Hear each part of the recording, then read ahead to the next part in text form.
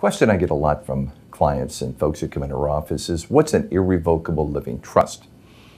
And I always have to stop and take a deep breath and share with them that irrevocable living trusts are pretty rare. Irrevocable living trust means it's a trust you set up while you're alive. Irrevocable means you can't change them.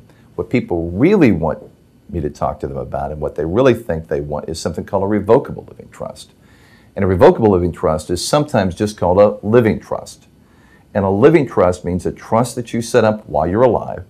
If it's revocable, it means you can change it, which is what 99.5% of the people are going to want to do because they don't necessarily know this is it forever. And a living trust is a document that you can create that does two things, and only two things, but it does two things really well if it's done correctly.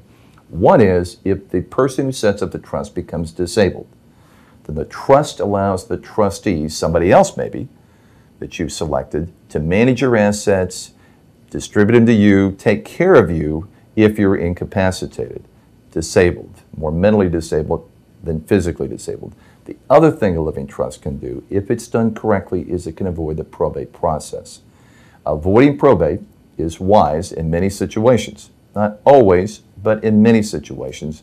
Having a living trust that's done correctly allows a family to pass their assets to their loved ones and not have any court involvement. When you're talking about court, you're talking about expense, you're talking about delay, and you're talking about privacy. One of the big reasons we do living trusts in our office is to ensure that our clients' assets are kept private when they die.